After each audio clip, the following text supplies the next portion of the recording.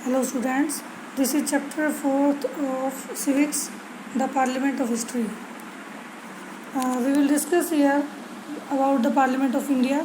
भारत में जो हमारी पार्लियामेंट है, राज्यसभा लोकसभा, उसके बारे में हम बात करेंगे.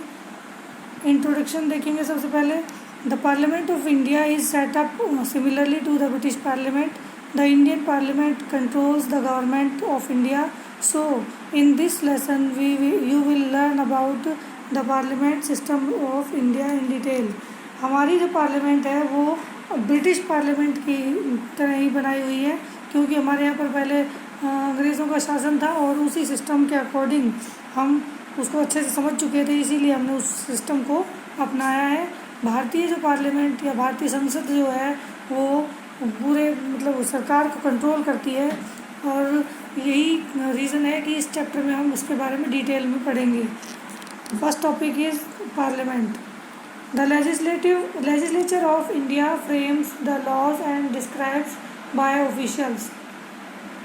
The legislature is called the parliament और the Sansad. In modern political history, parliament is the elected legislative body of the country.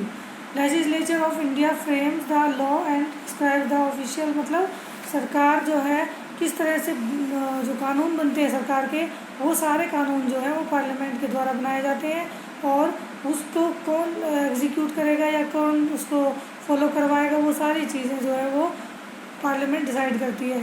The legislature को हम पार्लियामेंट कहते हैं या संसद भी कहते हैं. लेजिस्लेचर मतलब विधानसभा या विधायिका, उसको हम नेशनल लेवल पर पार्लियामेंट या संसद कहते हैं. और मॉडर्न पॉलिटिकल हिस्ट्री में पार्लियामेंट को legislative body of the country भी कहते हैं. इलेक्टेड लेजिस्लेटिव बॉडी मतलब चुनी हुई सभा या चुनी हुई विधानसभा कहते हैं. ये क्या है कि क्यों कहते हैं हम इसको चुनी हुई सभा? क्योंकि पार्लियामेंट को आम जनता चुनकर भेजती है अपने लिए कानून बनाने के लिए. Now we will discuss about the need of parliament. अब हम डिस्कस करेंगे कि पार्लियामेंट की ज़रूरत क्यों होती है. To create and manage the law and order of the country. देश में शांति व्यवस्था, कानून व्यवस्था को बनाए रखने के लिए हमें पार्लियामेंट की ज़रूरत होती है. To reduce the chances of dictatorship. पहला पॉइंट था हमारा कि व्यवस्था को बनाए रखने के लिए क्यों पार्लियामेंट की ज़रूरत पड़ती है. क्योंकि जो हमारी पार्लियामेंट होती है वो सरकार पार्लियामेंट में से ही बनती है. एग्जीक्यूटिव जो होती है वो पार्लियामेंट के भी अंदर से ही बनती है, और वो जो एग्जीक्यूटिव है वो सरकार चलाती है, वो कानून व्यवस्था आगे बढ़ाती है. कानून बनाने का काम लेजिस्लेचर का होता है, जबकि कानून को लागू करवाने का काम एग्जीक्यूटिव का होता है. तो नेक्स्ट सेकंड हमारा पॉइंट है to reduce the chances of dictatorship. अब हम बात करते हैं कि डिक्टेटरशिप क्या होती है. डिक्टेटरशिप मतलब तानाशाही. पहले राजा होते थे और राजा की मनमानी चलती थी, लेकिन उसके बाद एक ऐसा समय आया कि जब राजा की जगह पर कोई भी दूसरा व्यक्ति सारी पावर को गेन करके राजा की जगह ले लेता था, उसको डिक्टेटर कहा जाता था. क्योंकि वो राजा के वंश से नहीं होता था, इसलिए उसको तानाशाह कहा जाता था. और वो तानाशाह भी राजा की तरह ही सारी पावर्स को अपने पास कंसंट्रेट कर रखता था और सारे पावर्स का यूज़ खुद करता था. To give freedom to multiple religious groups so they can elect their representatives. जो मल्टीपल रिलीजियस ग्रुप्स हैं, हमारी पार्लियामेंट उन लोगों को अधिकार देती है, स्वतंत्रता देती है जो अलग अलग धार्मिक जो समूहों से जुड़े हुए हैं समाज में, और वो अपने प्रतिनिधियों को चुनकर संसद तक भेज सकते हैं. Parliament is the highest forum of discussion and debate on public issue and national policy in our any country. Parliament जो है किसी भी देश की सबसे उच्च व्यवस्था है या उच्च वो संस्था है जहाँ पर किसी भी तरह के पब्लिक इशू को डिबेट किया जाता है या उस पर बहस की जाती है, नेशनल पॉलिसीज़ बनाई जाती हैं. यानी कि ये सबसे बड़ी संसद है या सबसे बड़ी विधायिका है. To control and handle all the money that the government has. Parliament का एक काम ये भी होता है कि सरकार के पास जितना भी धन होता है वो सारा धन जो है वो पार्लियामेंट कंट्रोल रखती है. पार्लियामेंट की परमिशन के बिना, संसद की परमिशन के बिना सरकार कोई भी पैसा यूज़ नहीं कर सकती जो उसे टैक्स में मिला होता है. Next topic is parliament system of India. Bharat का पार्लियामेंट सिस्टम क्या है या संसद सब जो है वो हमारी कैसे बनती है। The Indian parliament comprises the two houses Lok Sabha and Rajya Sabha. भारतीय संसद में दो हाउस हैं, दो सदन हैं हमारे, एक को हम राज्यसभा के नाम से जानते हैं और दूसरे को लोकसभा के नाम से जानते हैं। The president of India acted as the head of parliament. जो प्रेसिडेंट होता है भारत का वो उस पार्लियामेंट का हेड होता है। Also these two houses form the union legislature. और इन दोनों हाउसेज को मिलाकर ही यूनियन लेजिस्लेचर या संयुक्त विधायिका बनती है। First of all we will discuss about Lok Sabha. Lok Sabha क्या होती है। Lok Sabha is the lower house and is the body of representation of India. Lok Sabha जो है वो लोअर हाउस है। लोअर हाउस मीन्स जो निचला सदन है और पार्लियामेंट के जो दो पार्ट हैं उनमें ये छोटा सदन कहा जाता है या हम इसे निचला सदन भी कहते हैं, लोकसभा भी कहते हैं। तो it is also known as house of people. इसको हम लोकसभा यानी कि हाउस ऑफ पीपल के नाम से भी जानते हैं because its members are directly elected by the people who are eligible to vote. अब हम इसको हाउस ऑफ पीपल क्यों कहते हैं, क्योंकि इसका चुनाव जो है वो आम जनता के द्वारा किया जाता है। आम जनता में जो भी व्यक्ति 18 साल से ऊपर वोट डालने के लायक होता है वो व्यक्ति इनके चुनाव में भाग लेता है और इनको डायरेक्टली चुनकर लोकसभा में भेजता है, जो भी हमारे संसद में पार्टिसिपेट करने वाले सांसद होते हैं। In our country the minimum age required to cast the vote in the election is 18 years old. हमारे देश में चुनाव में वोट डालने की जो एज है वो 18 साल है। 18 साल के बाद कोई भी महिला या पुरुष, कोई भी स्त्री पुरुष किसी भी जाति या धर्म से बिलोंग करता हो, अमीर हो या गरीब हो, सभी को वोटिंग राइट मिल जाता है बिना किसी भेदभाव के। Besides the maximum strength of Lok Sabha can be 552 and the 2 seats are reserved for the Anglo-Indian. The President nominates these 2 seats. अब इस जो सदन में लोकसभा में 552 तक की सीट्स हो सकती हैं, यानी कि इसके मेंबर्स जो हैं 552 तक हो सकते हैं, जिनमें से 2 सीट जो है वो एंग्लो इंडियंस के लिए रिजर्व की गई है। एंग्लो इंडियन मतलब जो अंग्रेज़, जो ब्रिटिशर्स या भारत में जो इंग्लैंड से आए हुए लोग यहाँ पर बस गए और वो वापस अंग्रेज़ों के वापस जाने के समय वापस नहीं गए और उन्होंने यहीं पर अपना जो परिवार बना लिया और यहीं पर वो परमानेंटली रहने लगे, उनको हम एंग्लो इंडियन कहते हैं। तो उनको उनकी 2 सीट्स रिजर्व की गई हैं और प्रेसिडेंट जो है इन 2 सीट्स के लिए नॉमिनेशन देता है। यानी कि अगर प्रेसिडेंट इन एंग्लो इंडियन को वहाँ पर उसमें सदन में कहीं जगह नहीं मिली है तो उसको नॉमिनेट कर सकता है president. Also Lok Sabha elects one of its member as presiding officer and he and she is called the speaker. Lok Sabha में जो एक मेंबर है उसको प्रेसाइडिंग ऑफिसर के नाम से जाना जाता है, यानी कि अध्यक्ष जिसको बनाया जाता है वो स्पीकर कहलाता है। लोकसभा को हैंडल करने के लिए, यानी कि अगर हम मान लो कहीं पर भी कोई सभा करते हैं तो वहाँ पर बहुत सारे लोग सुनने के लिए होते हैं, लेकिन एक व्यक्ति 2 व्यक्ति जो है उसको व्यवस्था को संभालने के लिए होते हैं। तो यहाँ पर स्पीकर जो है वो लोकसभा की जो मीटिंग होती है उसमें एक हेड के रूप में काम करता है और सभी लोगों को उसकी बात माननी पड़ती है। Lok Sabha is not a permanent body. Lok Sabha permanent संस्था नहीं है, वो डिज़ोल्व हो सकती है और उसके बाद दोबारा से उसका चुनाव होता है हर 5 साल के बाद। Therefore the member of the Lok Sabha are elected for 5 years। Lok Sabha के सदस्य जो है वो 5 साल के लिए चुने जाते हैं। After the end of the 5 year terms the reelection again takes place.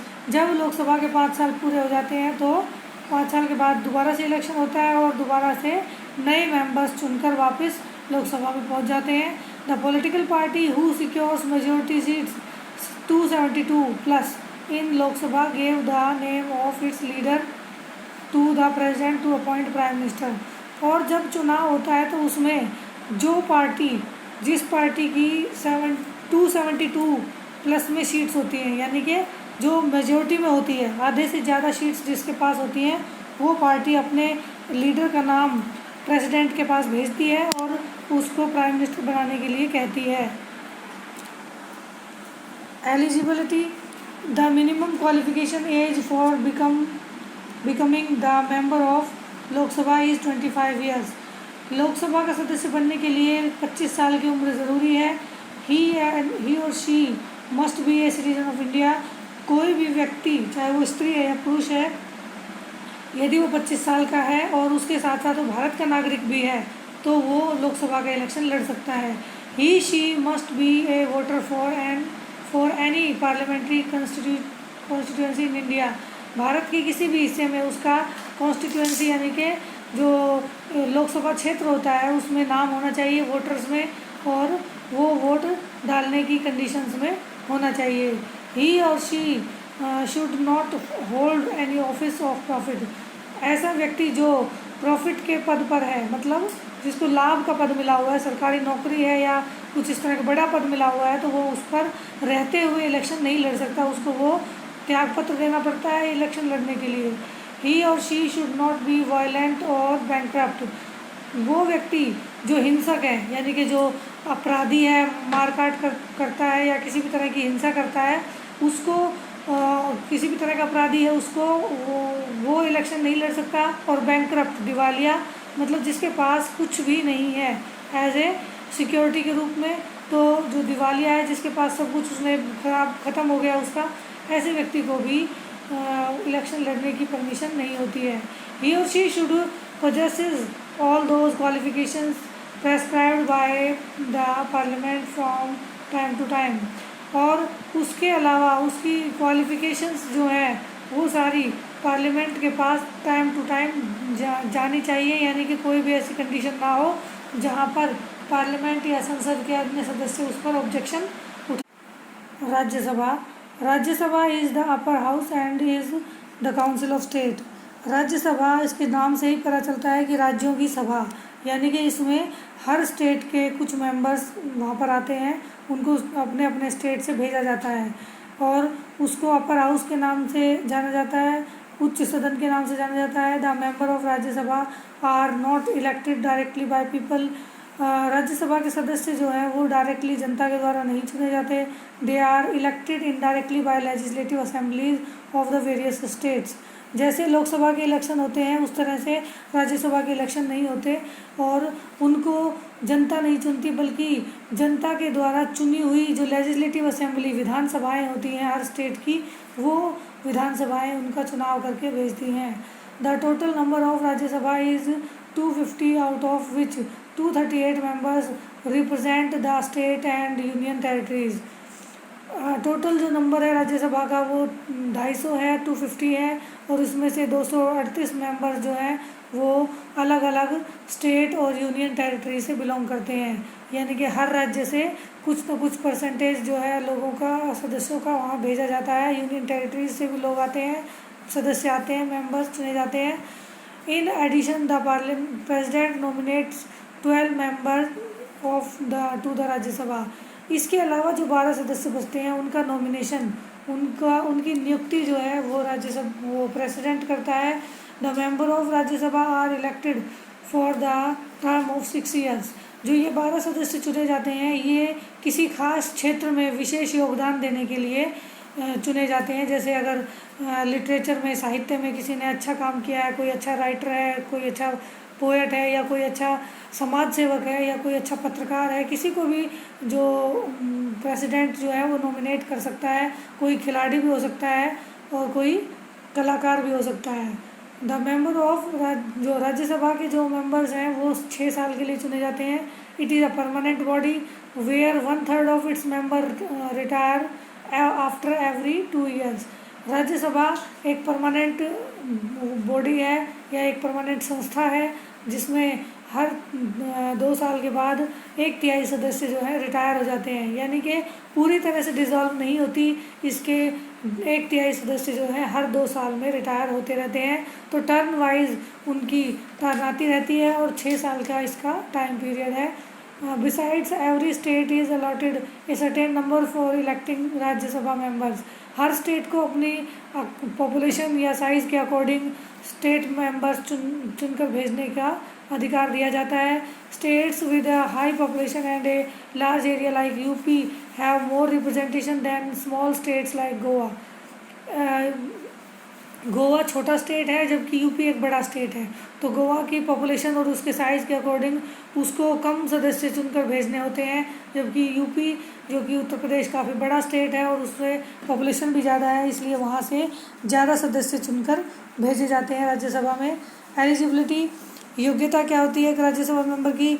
He or she must be a citizen of India. कोई भी व्यक्ति जो भारत का नागरिक है वो राज्यसभा का इलेक्शन लड़ सकता है। ही or she must be at least 30 years of old. उसकी एज जो है वो 30 ईयर्स होनी चाहिए राज्यसभा के इलेक्शन के लिए।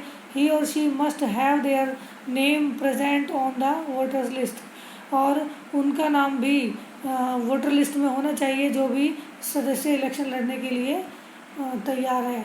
ही or she can not be proclaimed criminal. वो व्यक्ति किसी भी तरह का अपराधी घोषित नहीं होना चाहिए जो राज्यसभा के इलेक्शन लड़ने के लिए तैयार है। ही or she should not have any other office of profit under the government of India. किसी भी सरकारी नौकरी पर रहते हुए कोई भी अधिकारी जो है वो राज्यसभा का इलेक्शन नहीं लड़ सकता।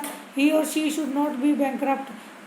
जैसे उसमें था कि लोकसभा में, उसी तरह यहाँ पर भी कोई भी दिवालिया व्यक्ति जिसके पास प्रॉपर्टी के नाम पर कुछ भी नहीं है और वो अपनी जो है सिक्योरिटी भी नहीं दे सकता, तो ऐसे व्यक्ति को नहीं वोटिंग राइट, जो इलेक्शन लड़ने का अधिकार नहीं मिलता। He or she must possess such other qualifications as prescribed in that behalf by or under any law made by parliament। इसके अलावा पार्लियामेंट के द्वारा बनाए गए कुछ ऐसे रूल रेगुलेशन हैं उनके अंतर्गत भी उसको वो कानूनों पर खरा उतरना चाहिए, उन पर उसकी क्वालिफिकेशन के अकॉर्डिंग होना चाहिए। इस तरह से लोकसभा और राज्यसभा के जो सदस्य हैं उनका चुनाव किया जाता है। लोकसभा के सदस्य डायरेक्टली चुने जाते हैं और राज्यसभा के सदस्य जो है इनडायरेक्टली विधानसभाओं के द्वारा चुनकर भेजे जाते हैं। That's all for today. We will discuss in next video about President and Prime Minister of India. Keep learning.